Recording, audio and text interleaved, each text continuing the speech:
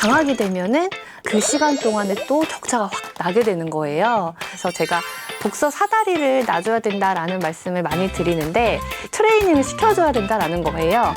책 읽는 방학이 되자 유쾌한 밤!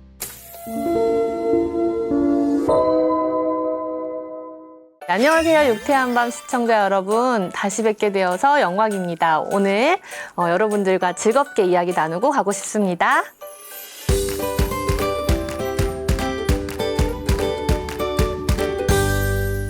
여름방학이에요. 선생님은 지금 이번 여름방학 어떻게 각오하고 계실까요? 마음을 제가 다 잡았어요. 아이한테 짜증내지 말고 내 욕심으로 이 아이의 속도를 바라보지 못하는 일이 없도록 하자. 어젯밤에도 결심했습니다. 네, 생각했어요. 시작한 지 얼마 안 됐는데 네. 벌써 마음을 다 잡아야 되는군요. 네.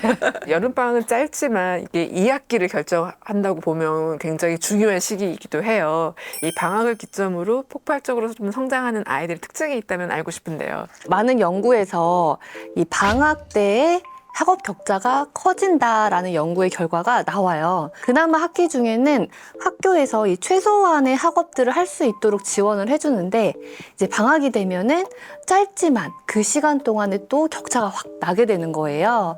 그래서 이 방학을 어떻게 보내느냐에 따라서 또 이 최소한의 것들을 해주는 것이 또 우리 아이한테는 도움을 주는 것이니까요. 어떤 것들을 해야지 좀 성장을 일으킬 수 있을까에 대해서 또 예전에 비해서 많은 분들이 고민을 하고 계시는 것 같아요.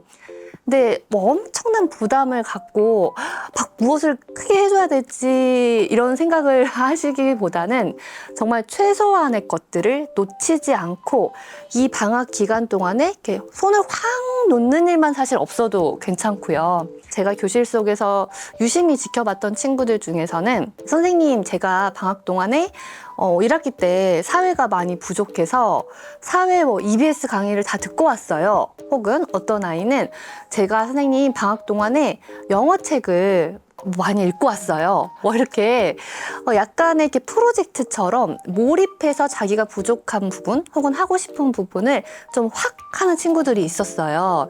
그 친구들은 성장이 확 일어나더라고요. 그래서 좀 방학 동안에 너무 여러 가지를 하기보다는 최소한의 것들을 하면서 핵심 목표 하나로 좀 프로젝트처럼 진행을 해보면 어떨까 하는 생각을 합니다.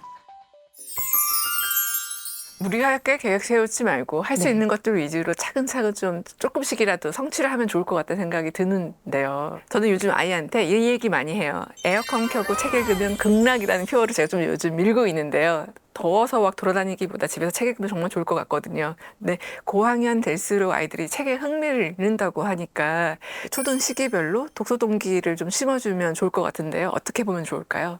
사실 큰 흐름은 같아요. 그러니까 책에 대한 독서 사다리를 놔줄 수 있는 방법이 이제 읽어주기, 함께 읽기, 그 다음에 이제 재미있는 책 권해주기 이런 것들이 있죠. 저학년, 중학년, 고학년 다 할 수 있습니다.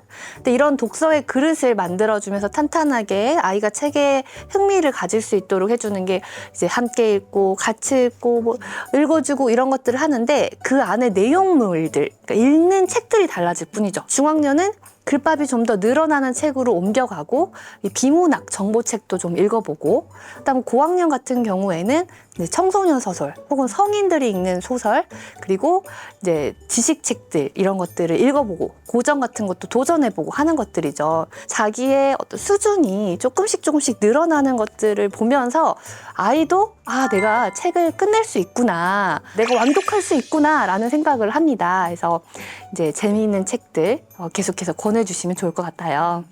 방학 때니까 역시 아이들이 동영상을 보고 있어요. 네. 이거 진짜 그만 보게 하고 손에 책 쥐어주고 싶은데요. 맞아요. 독서 습관 다시 좀 잡아줘야 될 것 같아요. 어떻게 하면 될까요?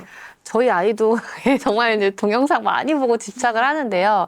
이제 독서라는 것이 그만큼 아무나 즐길 수 없는 거라는 거잖아요. 그래서 제가 독서 사다리를 놔줘야 된다라는 말씀을 많이 드리는데, 이제 그만큼 독서는 어딘가 올라가서 즐기는 세상이다.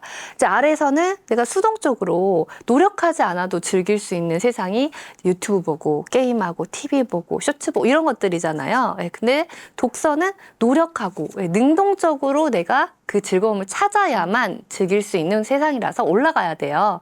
그래서 제가 독서에도 선천적인 영재가 있다라고 말씀을 드리거든요. 독서 영재예요.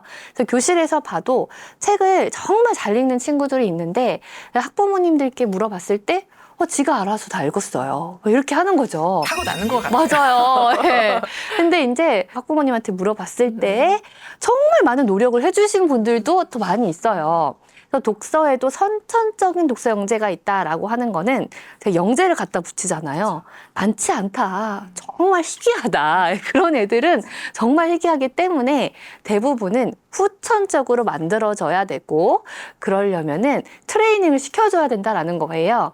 그게 이제 독서 사다리를 놓아줘서 올라가서 여기 재밌어. 세상이 재밌는 세상이야. 한번 느껴봐. 너도. 하지만 금세 내려갑니다. 쉽게 즐거움을 느낄 수 있는 것들로 내려가지만 자꾸 올라가서 이 독서의 재미를 느낄 수 있게 해줘야 돼요. 근데 그 재미를 느낄 수 있는 것 중에 우리가 많이들 이제 알고 계셔가지고 실천을 또 하시고 계시겠지만 같이 책을 읽는 독서 타임, 뭐 독서 데이, 뭐 서점 가기, 도서관 가기 이런 것들을 계속 하죠. 그래서 이 아이가 혼자 스스로 재미있게 읽을까라고 기다리시겠지만 그런 노력들이 절대 어디로 사라지는 건 아니더라고요. 네. 제가 이렇게 도서관에서 시리즈 책들도 좀 골라와요. 제 욕심은 1권부터 차례대로 해서 이 10권까지 쫙 다 읽었으면 싶은데 네. 애가 한두 권 읽고는 다 이거를 못 읽더라고요. 사실 시리즈 책을 다 읽길 바라는 건 엄마의 욕심일까요? 저는 일단은 재밌는 책부터 시작을 하라고 항상 강조를 드리거든요. 학습 만화만 읽는 친구들이 특히나 이제 흥미를 느끼잖아요. 그래서 일단은 재밌는 책, 아이가 읽기에 좋고 편안한 책부터 시작을 하고 그런 것들이 계속 많이 쌓였을 때에는 이제 깊이 읽기와 넓게 읽기에서 넓게 읽기는 그냥 아이가 혼자서 자기 취향인 걸로 읽는 걸로 냅두는, 그러니까 엄마의 간섭과 통제가 없는 부분. 그 다음에 깊게 읽기는 약간의 이제 간섭과 통제가 들어가는 부분인데 고전이나 뭐 영신보감 논어 이런 거 같이 읽는 책을 한 권, 두 권 정하는 거예요. 그래서 넓게 읽기를 할 때는 어떤 걸 읽든 어떻게 읽든 대충 읽든 신경 안 쓰는 책. 네, 그리고 그 다음에 이제 엄마가 조금 신경 써주고 싶은 책은 아주 소수의 부분으로 해서 이거 한 권은 우리 같이 가족끼리 같이 읽고 이야기도 한번 해보고 해보자. 이런 것들로 아주 소수의 척으로 한번 정해보시는 거예요. 전략적으로 좀 접근을 해야겠네요. 그러면 또 좀 우리 아이들이 흥미롭게 읽을 시리즈 책들은 있을 것 같아요. 네. 혹시 선생님께서 좀 추천해 주실 만한 것들이 있을까요? 제가 도서관에 갈 때마다 느끼는 거는 진짜 좋은 책이 많다. 너무 감사하다. 그리고 이 책들이 진짜 다 잘 팔렸으면 좋겠다. 저학년 정도에서 글밥이 조금 있으면서 독서에 흥미를 일으킬 수 있는 시리즈로 일단 쾌걸 조로리를 추천을 드려요.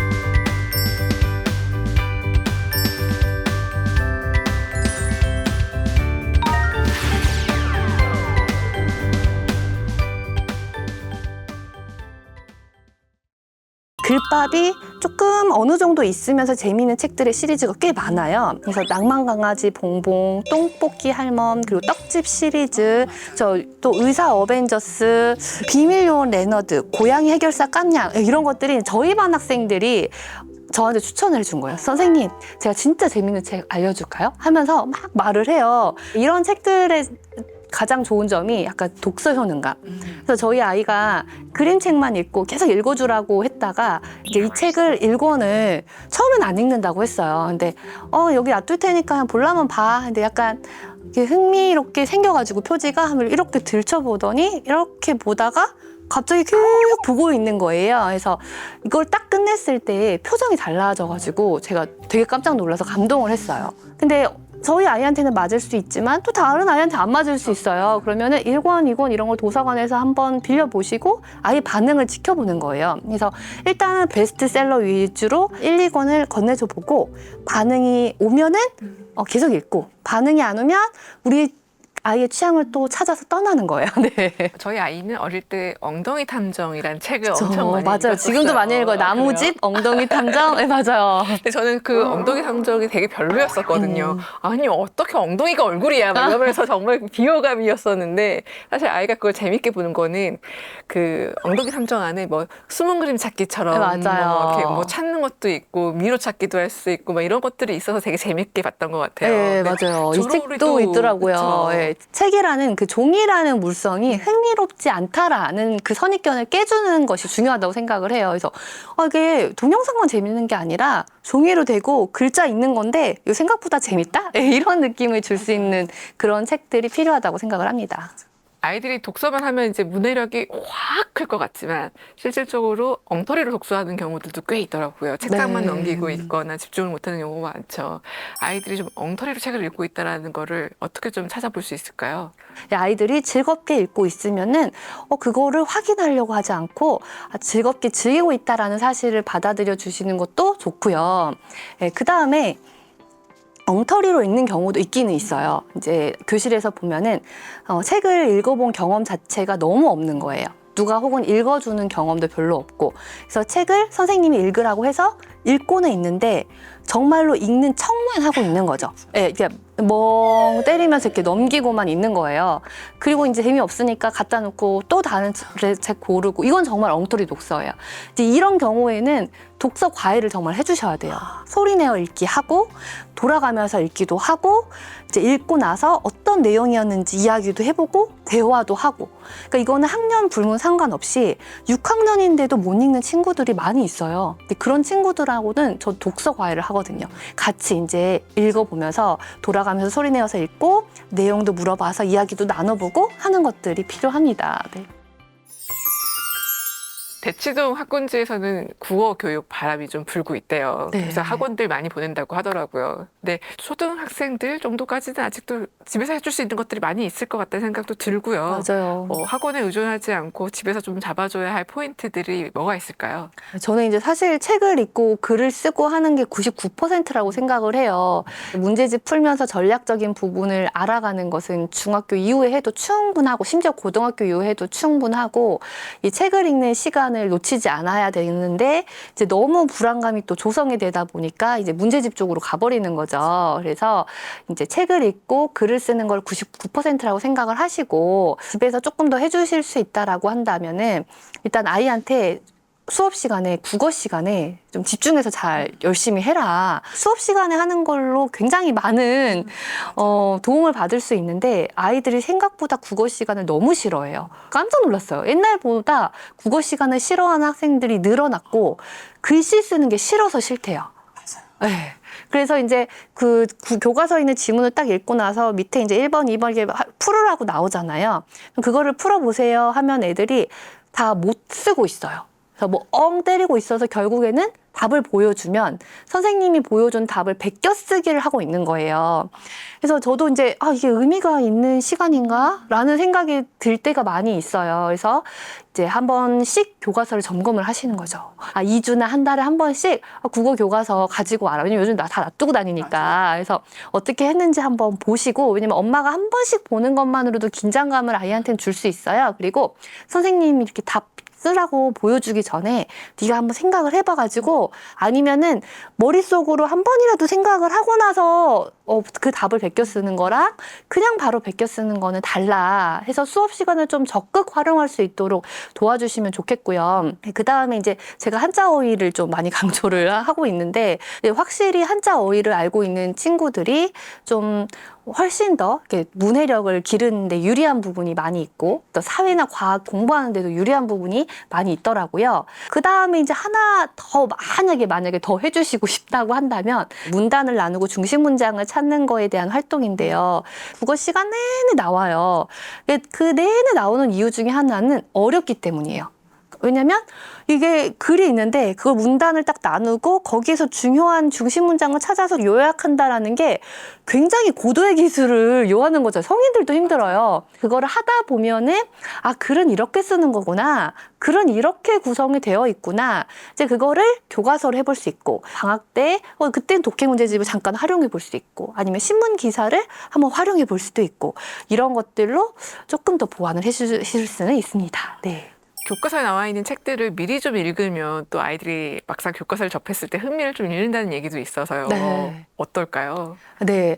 그러니까 저도 그런 부분도 분명히 네. 있다고 생각을 하거든요. 그러니까 저희 아이 같은 경우에는 일부러 교과서에 있는 거를 막 골라가지고 읽히고 하진 않아요. 네. 왜냐면, 나중에 이제 교과서에서 학교에서 배우고 와서, 좀 궁금해 하거나 하면 한번 찾아볼 수 있다고 생각을 하거든요. 혹시 이제 우리 아이가 조금 먼저 읽고 예습을 하는 것에 자신감을 갖고 도움을 받는 아이들도 있을 수 있어요. 그런 경우에는 이제 엄마가 한번 읽혀보실 수 있는 거죠. 네. 이야기책 같은 경우에는 아이들이 잘 읽어요. 근데 비문학으로 넘어가려고 하면 또 좀 어렵게 느끼기도 하거든요. 문학에서 비문학으로 넘어가는 요령 같은 게 있을까요? 저도 어렸을 때 창작 동화만 읽는 소녀였어요. 맞아요. 그쵸? 예. 실제로 교실에서도 진짜 이렇게 창작 동화나 소설을 많이 읽는 친구들이 여자아이인 경우가 많이 있어요. 그래서 6학년 교실 지금 들어가고 있는데 정말 성인들이 읽는 소설책 있죠. 우리 불편한 편집 이런 것들을 여자아이들이 다 읽고 있는 거예요.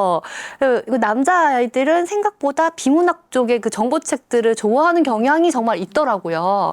그래서 저도 그 편독이 나쁘지 않다고는 생각을 하지만 이제 이런 경우에는 또 이제 읽어주긴 거죠. 안 먹어본 음식을 한 번씩 먹어볼 수 있는 기회를 읽어주기로 이제 주시면서 접근을 해보는 거죠. 네. 저는 그 편독을 한다라고 하면 편독의 끝장을 봐라라고 하거든요. 그래서 갈 때까지 가봐라. 네, 맞아요. 비문학 독서를 좋아하는 애들은 코스모스까지 가. 그리고 이제 문학을 좋아하는 애들은 태백산맥까지 가서 빨리 초등학교 때 읽는 거야. 막 이렇게 막 억지로 익히려고 하기보다는 좋아하는 분야의 끝장을 가라라고 말씀을 드리긴 합니다.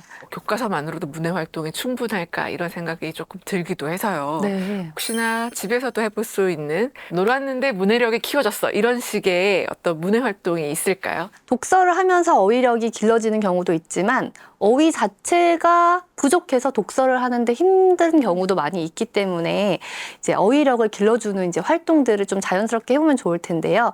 그러면 어휘에도 수준이 있어서 그냥 전혀 모르는 어휘가 있지만 그 다음에는 이제 이해 어휘, 들으면 이해되는 어휘, 그리고 표현 어휘. 이거 내가 말이나 글로 사용할 수 있는 어휘가 되는 거예요.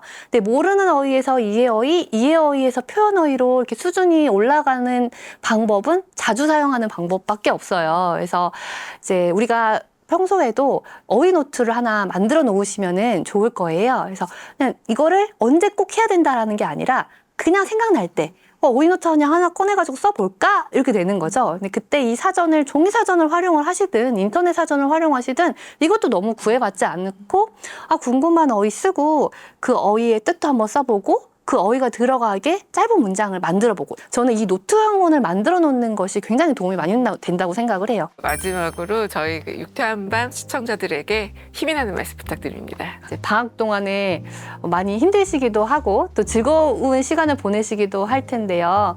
너무 지치시지 마시고요.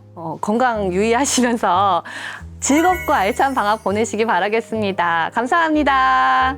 오늘 또 재밌는 책도 추천해 주시고요. 아이들에게 방학 동안에 어떻게 독서를 시키면 좋을지에 대해서 꿀팁도 알려주셔서 많은 도움이 됐습니다.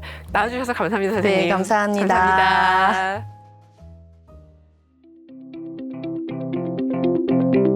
감사합니다.